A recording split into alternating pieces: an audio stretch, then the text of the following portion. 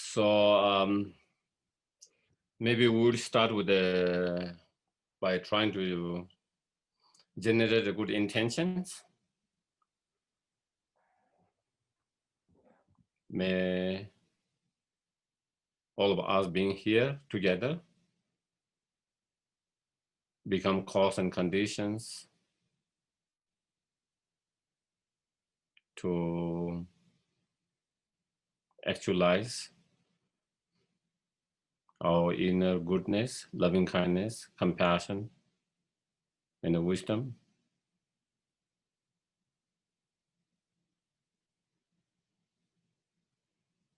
And may it become cause and condition to achieve our highest potential, fully awakened state, so we can be greatest benefit to each and every sentient being.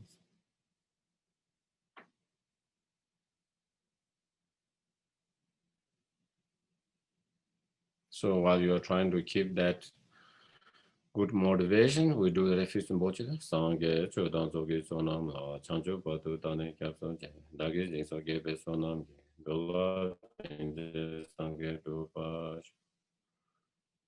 Sangye chodan zogi sonam la chancho batu tane kapson chen. Dagi jingso gebe sonam ji. Dola pinje sangye dupash. Sangye chodan zogi sonam chancho batu tane. Dagi jingso gebe sonam ji.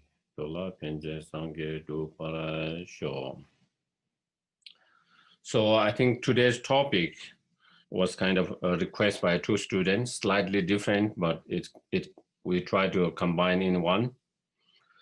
One of the student asked was, how about other practical things like setting up altar, the basic and necessary elements, water bowl offering, the meaning represented by a different part of the prostration and so on. So there's one basic, wanted to know that basic, wanted to hear something on that level.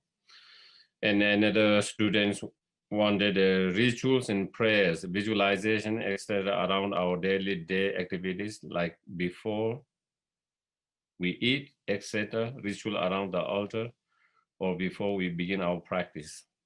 So I think we're trying to cover those two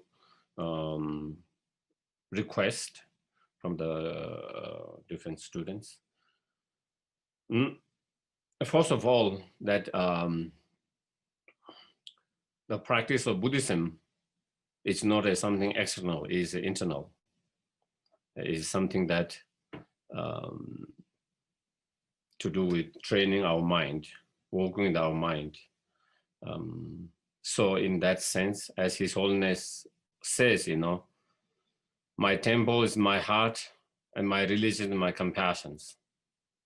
And so real temple, altar is our heart in Buddhism. And so Buddhism is all really about training inside, and something inside and not something external. Having said that, for us, for beginners, because it is not so easy to work with our mind,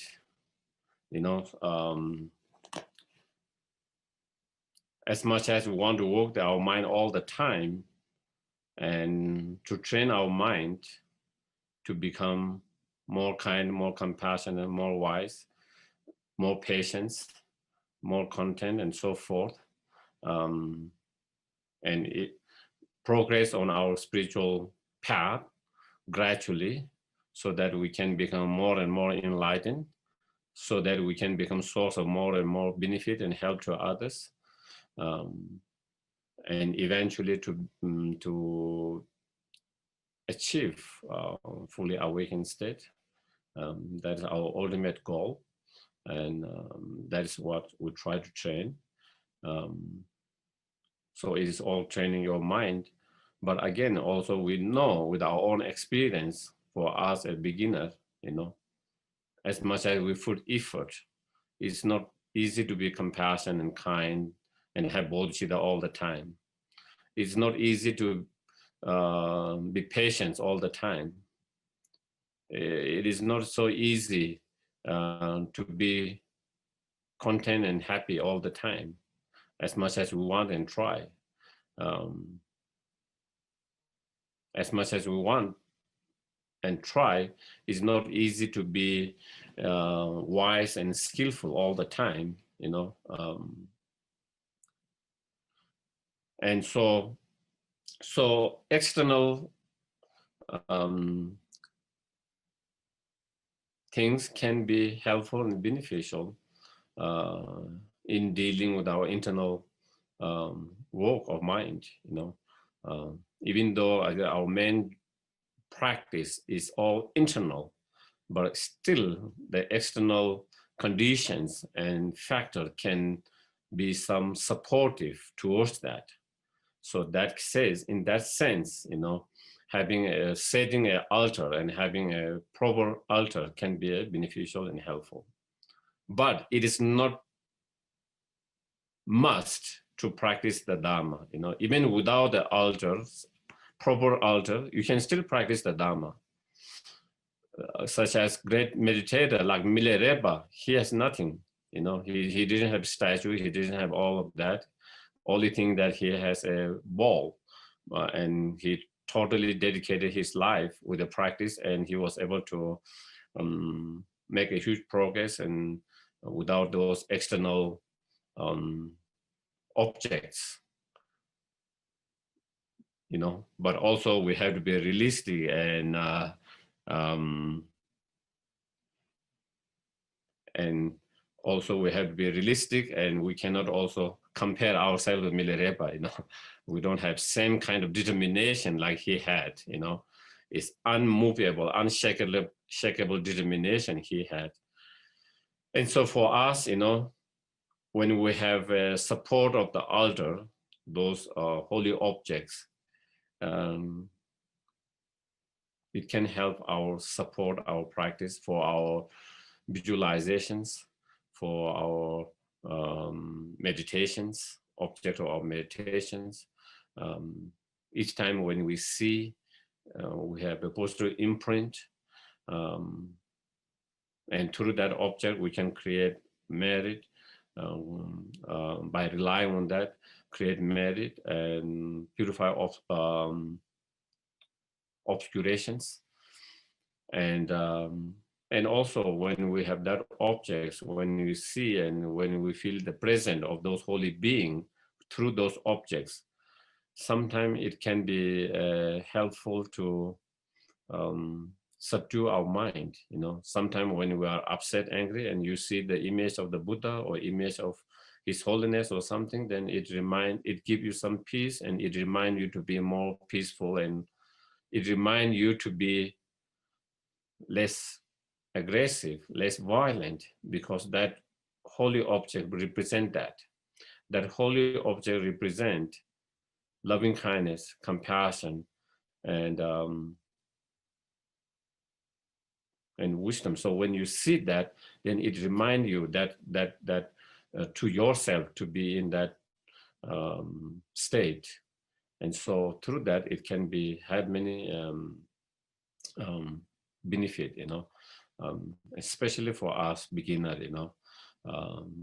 We need a lot of support of the virtues of merit and purification, and just by seeing, paying homage, by being around those holy objects can have those kind of imprint.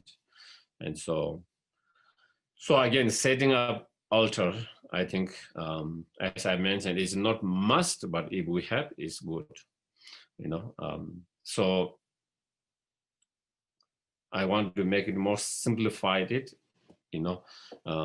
If possible, we can have a statue of the Buddha.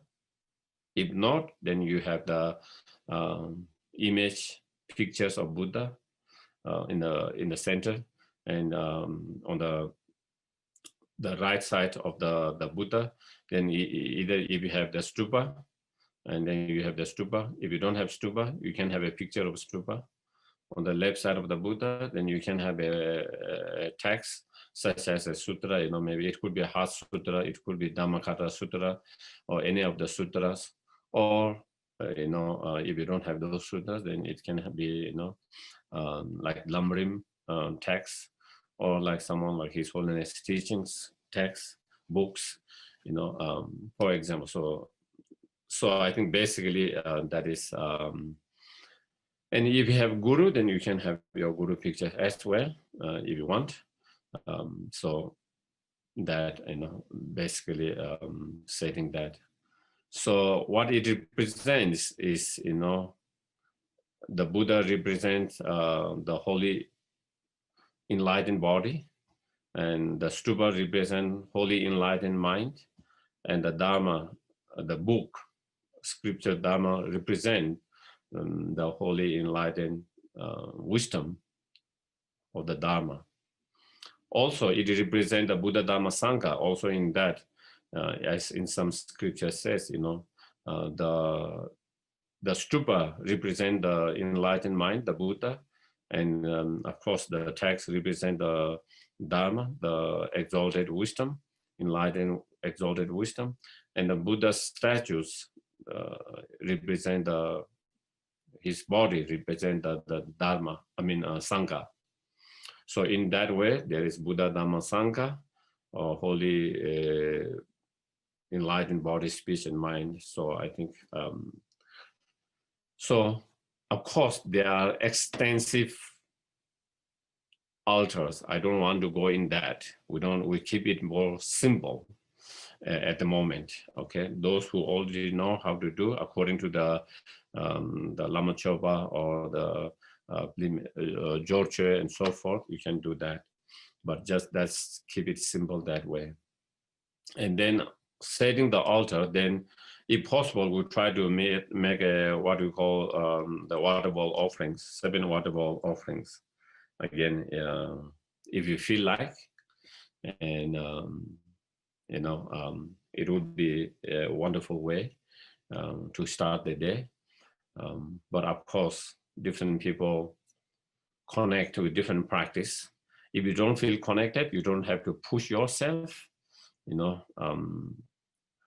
Practice has to be something that it comes from your heart, that you feel, and then instead of being that you are being forced by whether it's a teacher or by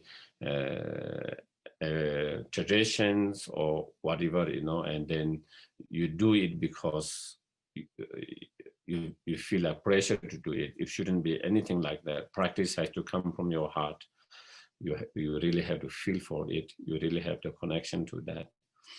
And of course, sometimes certain practice, it requires certain time to feel it and feel connected. That kind of feeling, connection doesn't come from the very beginning. Some, we can feel that more easily. In some practice, it takes time over doing that before we feel that way. But anyway, and so there are, again, how to do water bowl can be another subject. It requires many, but I don't want to go into details. All I want to go through is what it represents. And so that represents like 7 or 8 offerings. So the first 2 represent, washing and drinking and washing water, and then perfume, and the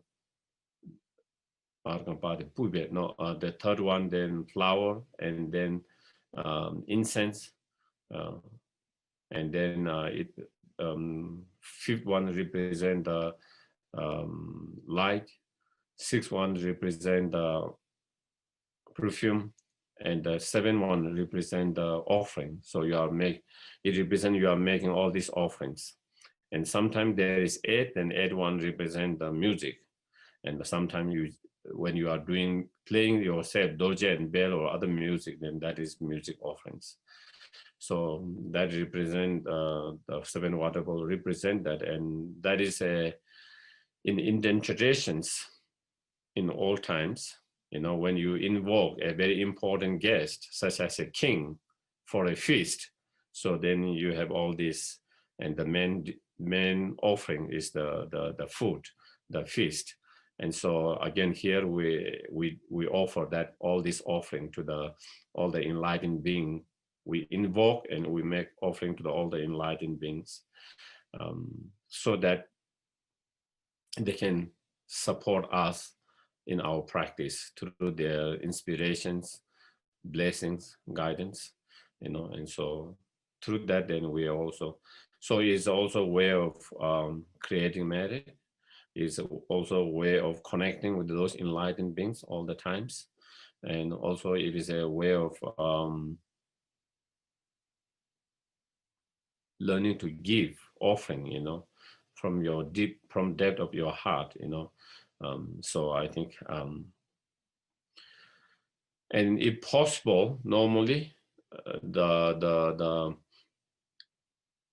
holy objects are a little bit higher, and then offering are a little bit lower, but of course, if you don't have that kind of easy, then it can be. But if possible, the holy objects are a little bit what do you call,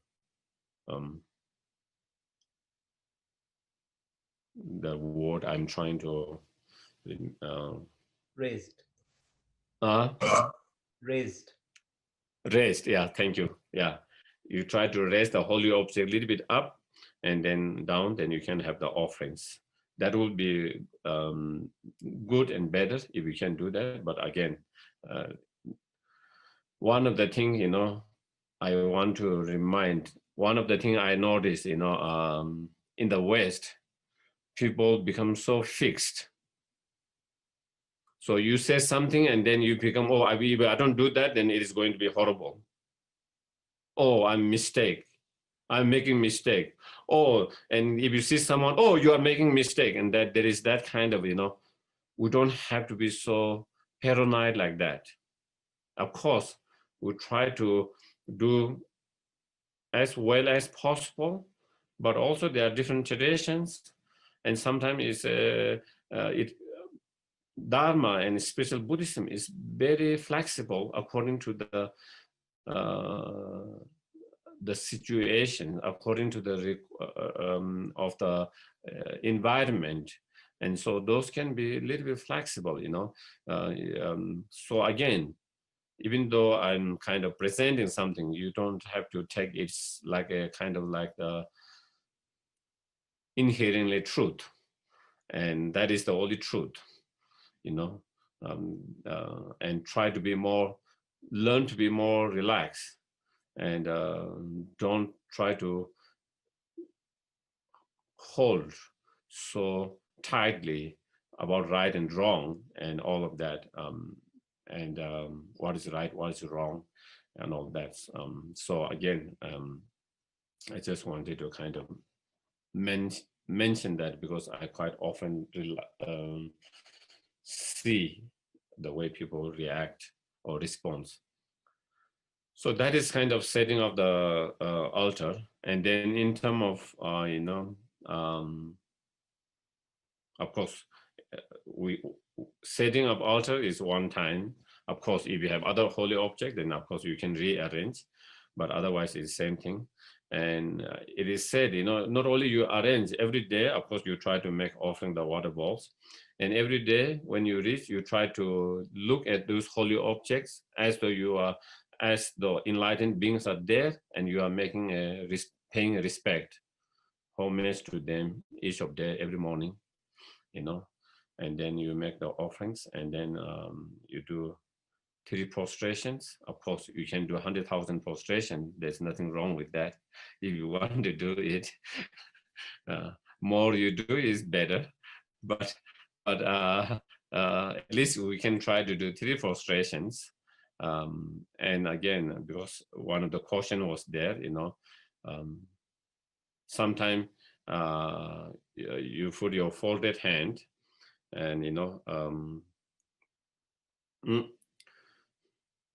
so folded hand.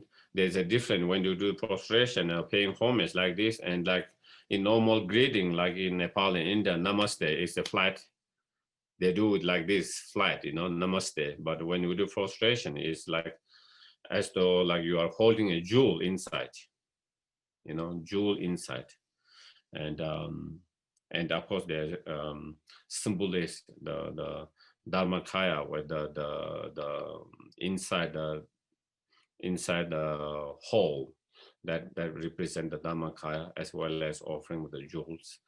And so then we put, on the forehead, crown, and at the heart, the represent with prostrating with paying homage and prostrating with your body, speech, and mind. So this represent body, speech, and mind. And sometimes you do four, and that is on the crown and forehead and that. And so there are tradition 3, 4. Again, there is nothing wrong. And when you do in crown, then it says it creates a cause and condition for the Ushnisha, of the Buddha. Um, and of course, also you can, when you do that, um, also it can represent, the Guru, Buddha, Dhamma, Sangha as well, with each of those prostrations. And then when you do actually prostrate, there is a full prostration, half prostrations, or just folding your hand. Okay, if you can do full prostrations. That is, if you can't do the full prostration, you can do half prostrations, and that is touching the your forehead and the two hand and the two knees and bowing. And then even you can't do that, then you just fold your hand together. And sometimes if you are in a certain practice when you have to use one hand with others, then also just doing one hand also is a way of frustrating and paying homage. So you try to do that. So so that is and frustrations is a to whomever we frustrate is paying respect and saying I'm bowing to the very lords of your body, the feet, with my highest, my crown. And it is a way of training to let go of our sense of arrogance and pride. When we bow to someone, then yeah, it is saying that we respect that being and regard that being highly, and have a less arrogance or pride towards that object. And so that is a training. Again, all this, even though it seems rituals, if you just see outside, it seems ritual, all these rituals, prostrating, setting up altars, water offerings, and all this, it looks very ritual. But if we really do properly the right way, it's not a ritual, it's a training your mind. If you do prostration properly from your heart, we're, we are reducing our sense of pride, our sense of arrogance. When we do the offering from the deep of our heart, not just a ritual, just putting it together and just putting there, but really from your heart, when you do that, then it is a training our mind to be more open and to be able to give, to be able to offer. And it is a antidote towards the mighty business, and so we have to.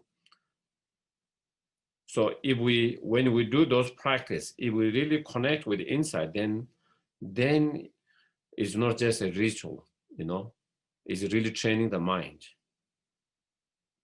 But if we don't really relate that with the mind, and if we don't see it is just putting the water, putting there, and that's it, then of course it's more like ritual, then it isn't really kind of become internal. It become more external, and it doesn't become really internal, and it doesn't really become true Dharma.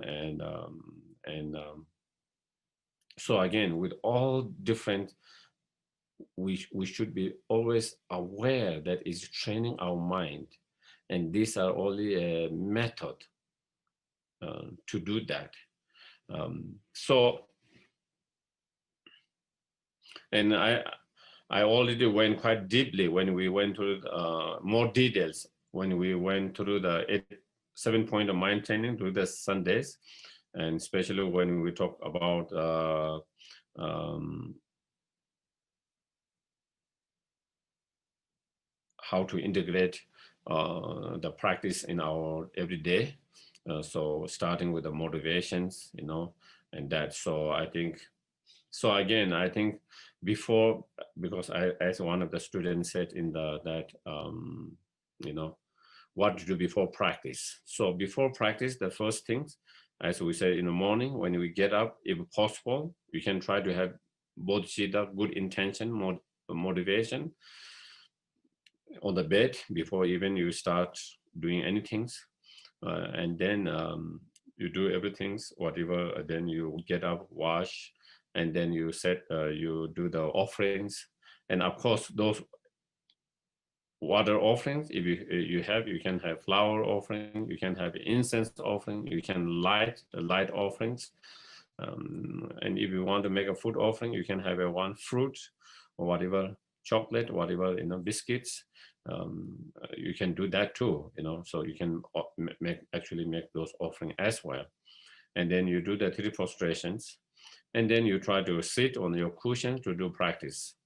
And then when you try to do a cushion on the practice, first you try to settle down your mind, and you can do the breathing, inhaling and exhaling 9 rounds or 21 times, depending on if you can settle your mind in the short period within the 9 round, then you can do that. But if it take a more time to settle, then you can 21 and settle your mind. And then after that, then you try to generate a good intention or bodhicitta intention, motivations. And then you, on the basis of that, then you try to the refuge, because it's a Buddhist practice and because it's a Mahayana practice, you try to do a bodhicitta, refuge and bodhicitta. And then you can do 7 limb prayers. Of course, they are extensive, middle, and that, and short one. If you in the King of the Prayer, at the dedications, there is 4 lines, 4 verses, and in the short one you can do that 7 limb practice, where it says, "What whatever little virtues I've gathered through my homage, through offering, confession, and rejoicing, and asking the Buddhas to remain and teach the Dharma, be dedicated now to the supreme and perfect enlightenment." So that is the kind of very short. So you can do that. Is one of the most short um, 7 limb practice prayers practice. You try to do that, and then you try to do, whatever practice you need to do. Of course, everyone has different practice. Not everyone has same practice. So then some have more extensive practice, some have more less extensive short practice, but whatever you practice, you try to do, then you can start to do that practice. And so then end the practice with the dedications. You can do long dedication, short, you know so again, depending on your time, depending on all that, so you try to do that dedications and that. And then so then during the whenever we eat, drink, we try to instead of just what do you call globing, what do you call, um, there is one word, Gobbling. uh, Gobble. Gobble. gobble. Instead of that, we try to take little time to be more mindful, and then remember the Buddha Dhamma Sangha, and then we try to make an offering to the Buddha Dhamma Sangha, and there are many different prayers of that. And it's not just prayer, just you are just trying to recite, but you try to feel it, and um, there is one very common prayers that is used in all different, within the Tibetan different traditions. Uh, that is the precious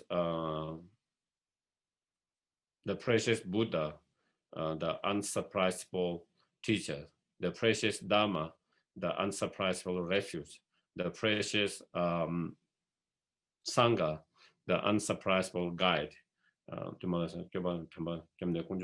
And I make offering to the three precious jewel. That is one prayers. So that can be one of the prayer. And like in EPMT, they do one of that with the chanting versions. Lama Sangye Lama Che. Guru is the Lama Sangye Lama Sangye Lama Che. Lama Sangye. The Guru is the Buddha and Dharma. Guru is the Sangha. Lama Kunje. The Guru is the creator of all. And I offer to the Guru. So again, those verses and many other verses. So again, there can be many different verses. You don't have to use one verses. Everyone can, and you can have your own verses. Is as long as we try to remember the kindness of three jewels and trying to make offering to them. And then also there are kind of verse to remind the motivation of eating, like in Nagarjuna's precious garlic, I'm eating this not out of attachment, not out of arrogant, but I'm eating this as a medicine to like a medicine. And to survive and to practice the Dharma and to be benefit. So again, while you recite that prayer, trying to generate a motivation for eating it. And then also you can do a dedication prayers. In Lama Chopa, there is a verse, I think LC 83, there where it says, by the force of this bountiful giving, because when we eat, you can think of that I'm giving this food to all the bacteria that depend on my food. So, giving them, all of them, as well as all other sentient beings. May I become a self-made Buddha for the sake of beings, and by my generosity, may I liberate the multitude of beings not liberated by previous Buddhas. So then we create that karma now, connection, by making generosity with the food, and then that with that karmic connection, then in the future when we become enlightened, then we be able to liberate them, which are not being liberated by Buddhas because they don't have strong karmic connection with previous Buddha. And so because we have strong karmic connection that way, so we can do that. And so again, you can use those verses that has been written by some of those holy beings, but also you can have your own word, or you can have, even you don't recite it, you can with your mind trying to generate a motivation, bodhicitta motivation for eating and making offering, and then dedicating for all sentient beings. So that is how we try to use during whenever we eat, whenever we drink. If we can remember that and if we can apply that, then eating and drinking also become more meaningful, more spiritual, and more beneficial. So while we're doing that, and then whenever whenever what you are doing, while you are walking, while you are jogging, what you are doing, and while you're driving, or while you are washing, while we can recite some of the mantras, we can recite Om Mani Padme Hums to develop compassion for oneself and all sentient beings, or you can recite Tara mantras for everyone's their obstacles will be clear and purified, or maybe we can recite Medicine Buddha and dedicate all sentient beings who are having a physical and emotional illness, may they be healed.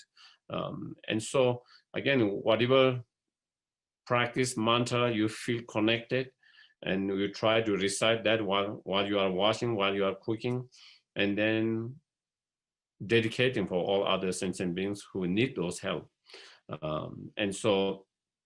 And then in that way, then I think it becomes more meaningful and beneficial. So I think maybe more or less, I think maybe that is what it is about: love, prayers, and eating. And also when we go to showering or taking a bath or washing, you can also recite, like for example, Vasasattva mantras, long one or short one, and then you can visualize and think, purifying and cleansing all your negative karma, all the delusions, that also you can use that. Um, and if you are familiar with the long mantra, you can do it. If you don't, if you have difficulty long mantra, you can do the short one, Om Vasasattva Hum, Om Vasasattva Hum, so that's short. So I think that is how you can use. So maybe let me see. There might be some caution. So uh,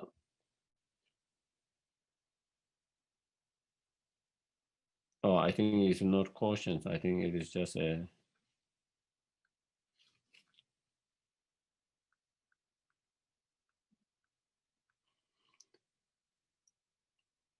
Okay. Yeah, I think thank you for sharing those who need. But so if anyone has any cautions or want to have any thing to share, discuss, please feel um, comfortable, either by unmuting yourself or either by sending on chat. I have a question. Yes, please. With the food offerings, can I Yes. eat that afterwards?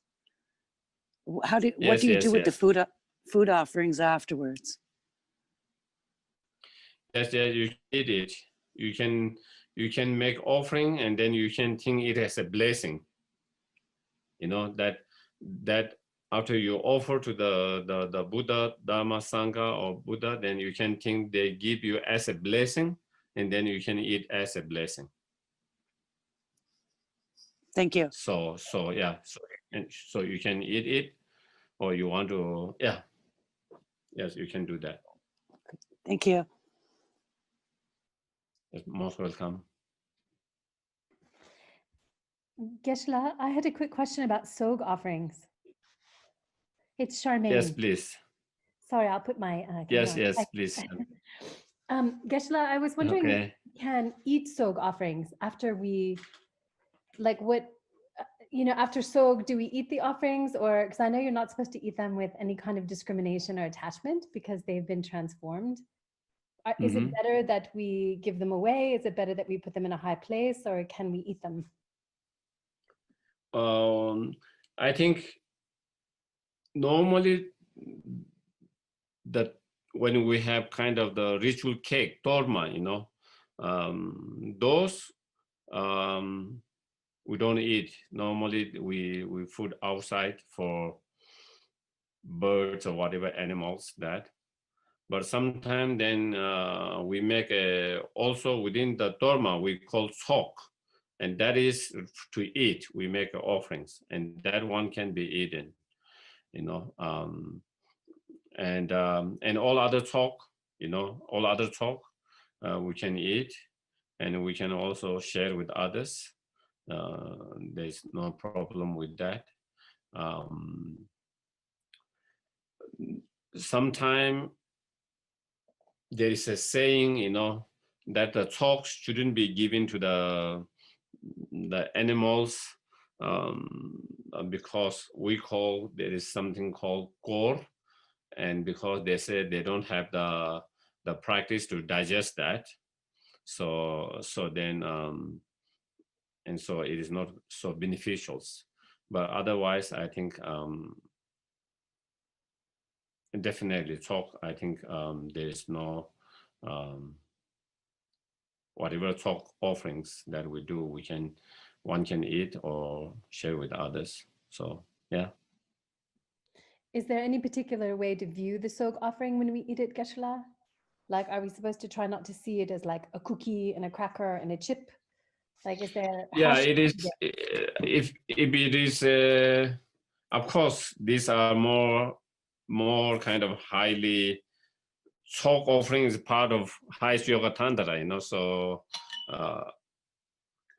so you are supposed to transform into emptiness, from emptiness, wisdom realizing the emptiness, transform into that talk, and then and become nectar, and nectar that transforming in that form, whatever talk that is, in essence is the nectar. That's the wisdom realizing emptiness, the bliss and voidness. And so when you eat it, it's like taking that nectar. So when you take that nectar, it increases your wisdom and your blissfulness. So how to do, that's how you should do.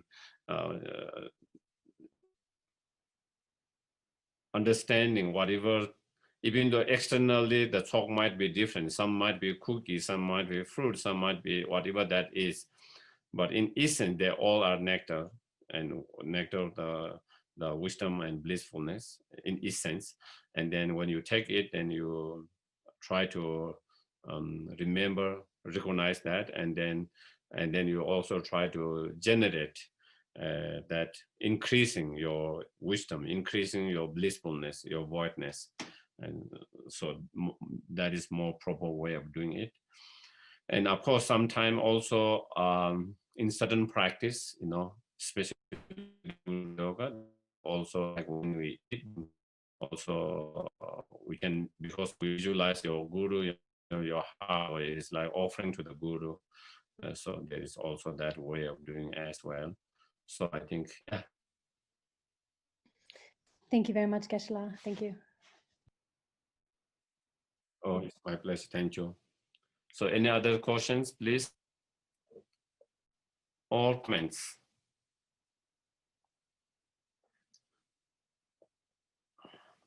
Otherwise, I will have tea and you can watch.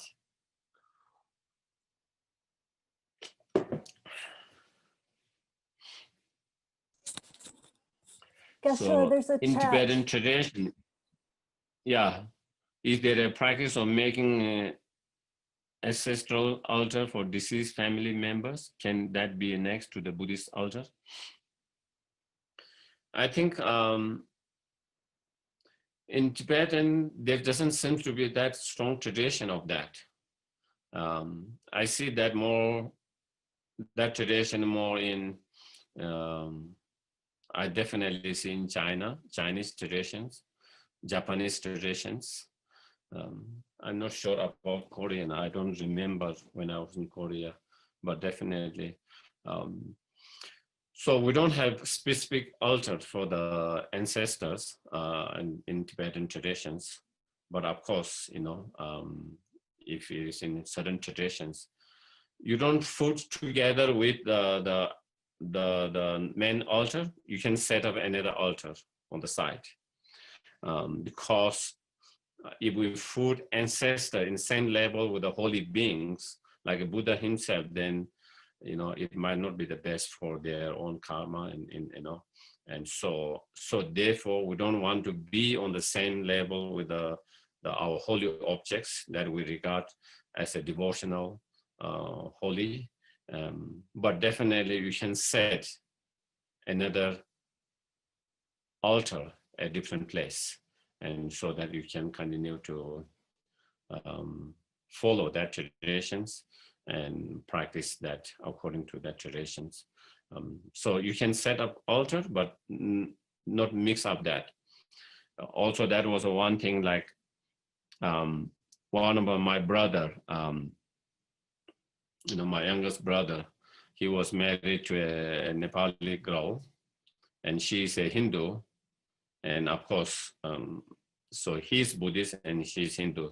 So then I saw in altar, all mixed up, Hindu deities and Buddhist deities and all. And I said, maybe it would be better you set up two altars, so that you don't mix up everything. You can respect both of them. You can pay homage to both of them in that, but not mix up. So you have all your Buddhist altar, more clean, more Buddhist traditions, and you can have your Hindu traditions, Hindu altar. And so you can also pay respect, you can pay homage, you can do whatever practice in relation to that, but it's better not to mix them and get confused. So similarly, this would be this would be my kind of advice, my suggestions in relation to the question. I think that is so. That is my view and suggestion for Victor. Okay. Any others?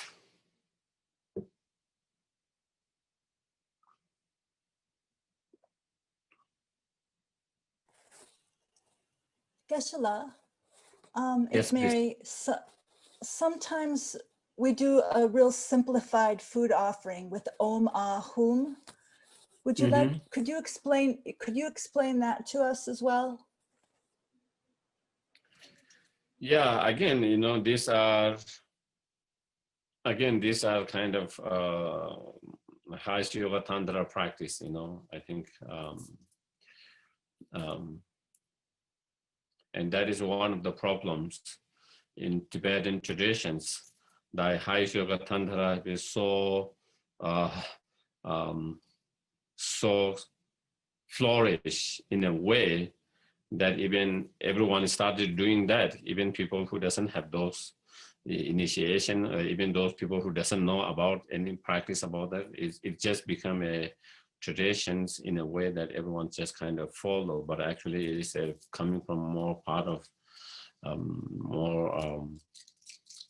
and again, it is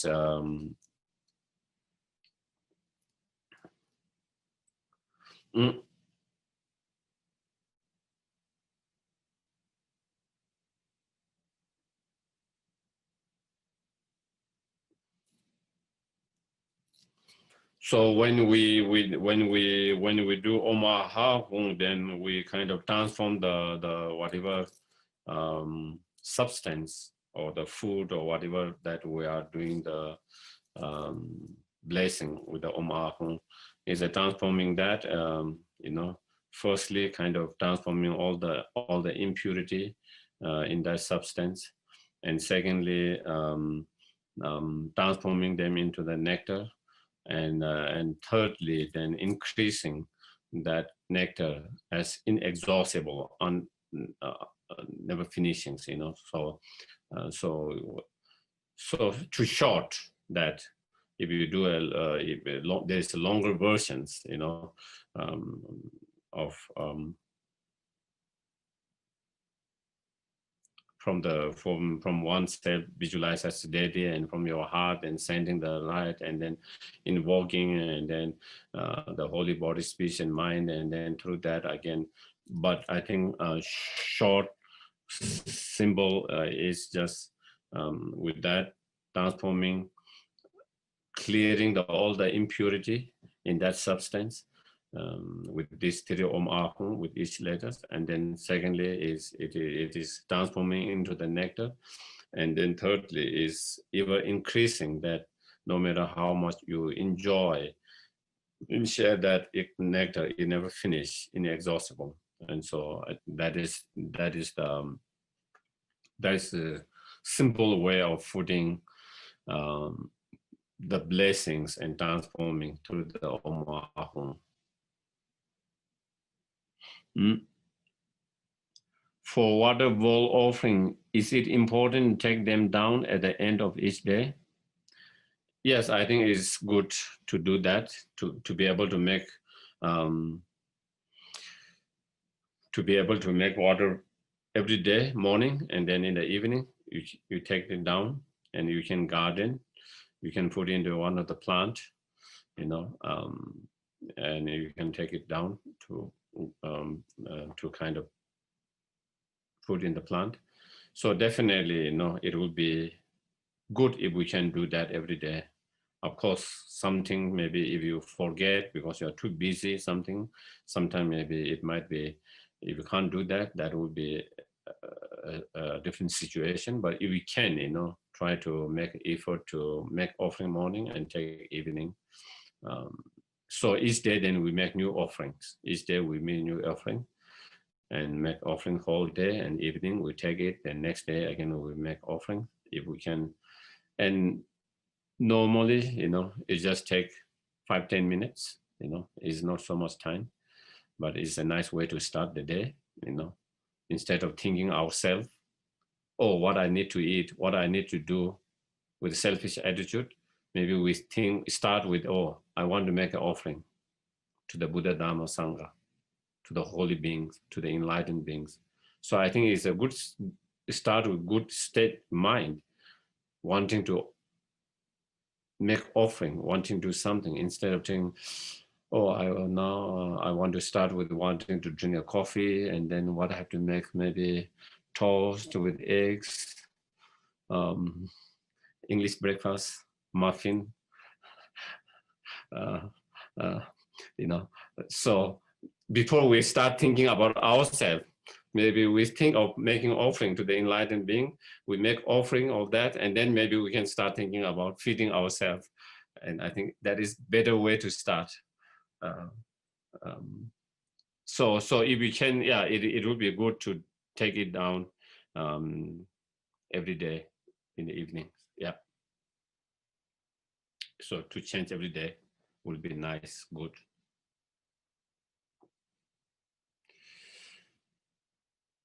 So being a beginner, can you explain proper usage or practice with the prayer beads, mala? Don't, do and don't. Don't is don't eat up. Don't eat it. Okay. Don't chew it. Don't chew the bead. Okay.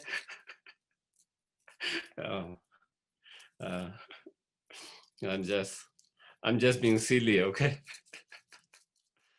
But you have to make sure that your dog doesn't chew it.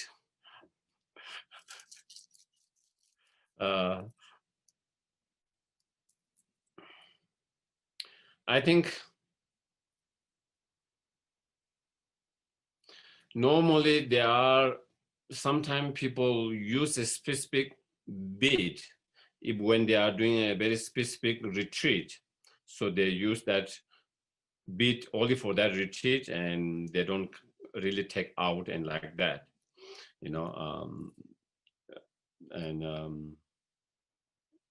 but of course we use a lot of time we take the bead and we use, and one of the thing is whether you have the long one or whether you have the small on your wrist, is when you see the bead, it has to remind you of the practice.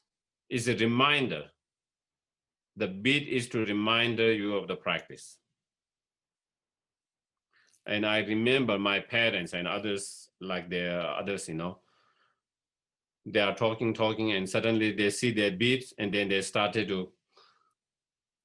reciting mantras.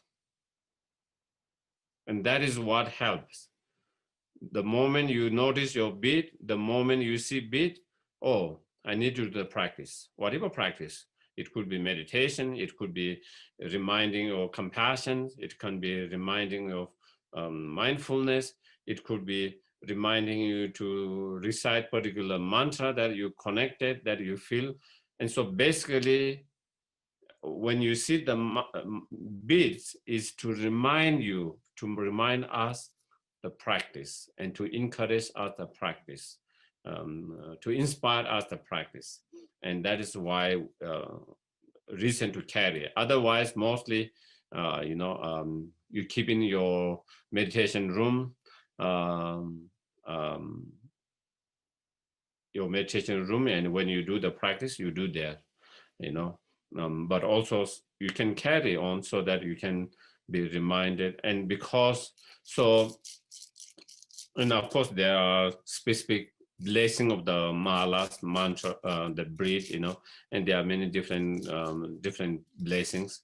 And in some blessings, then we try to generate again each of these beads as a particular deity, and in that cases, so since you have kind of bless it as a deity, so it is a holy object, so you treat it as a holy object, like you treat the statues or the image of the Buddhas similarly. So you try to treat it very holy and respectfully in that way. But of course, when we are carrying it to remind us the practice and also to recite the mantras and like that outside and like that, then of course also we try to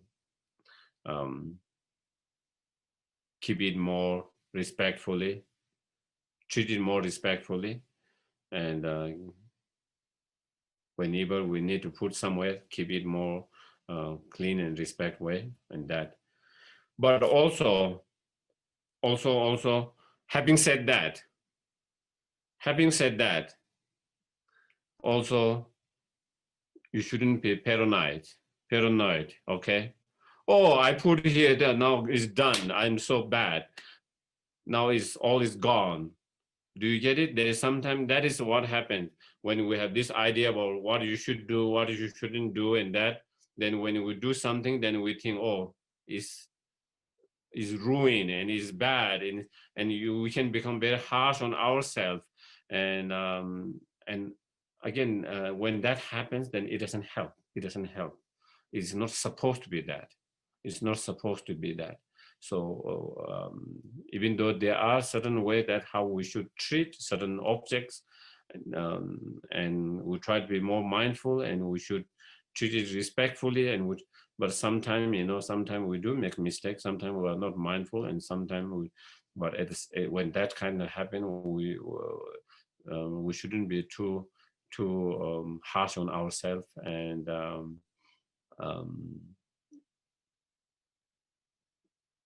as though that we have ruined everything and destroy everything, So I think that is one of the things I wanted to.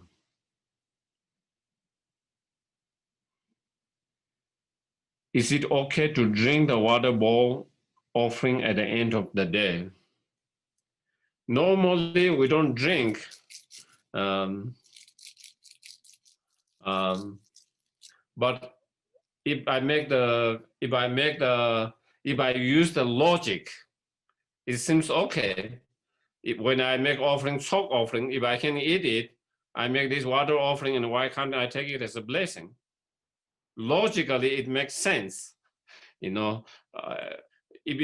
I cannot drink the water being offered, then also I shouldn't be able to eat the food or chalk offering that I have made it. Logically, if I'm using a logic, but in general, in normal, I don't see people. We don't seem to be people using it for a drink. But I don't know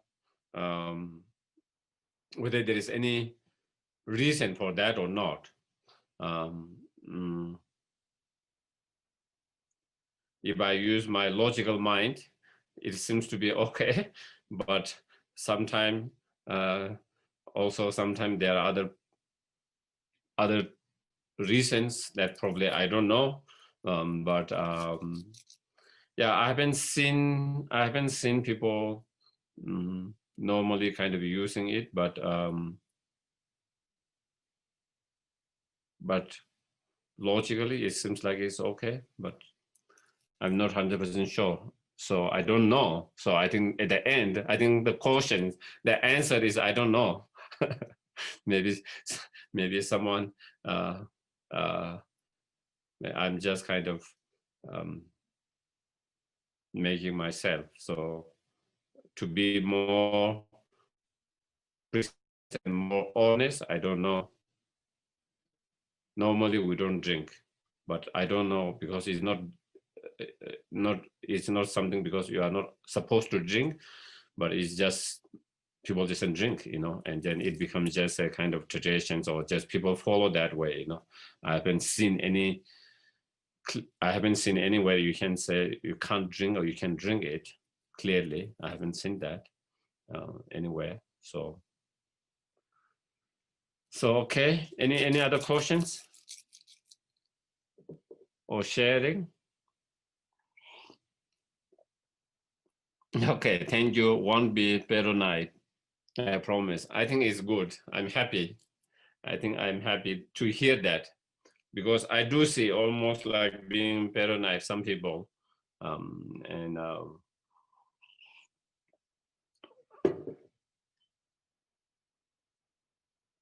okay, I think then we'll stop here. So then we dedicate all the, again, thank you very much everyone for joining and giving your precious time.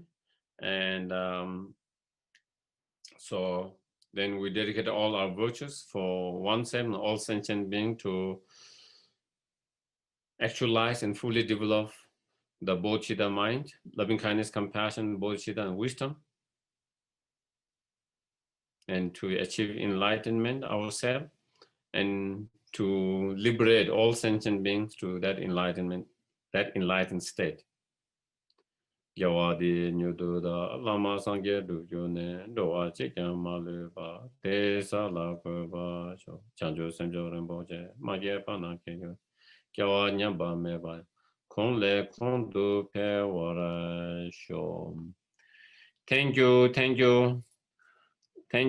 Claire. Thank you, Sarah.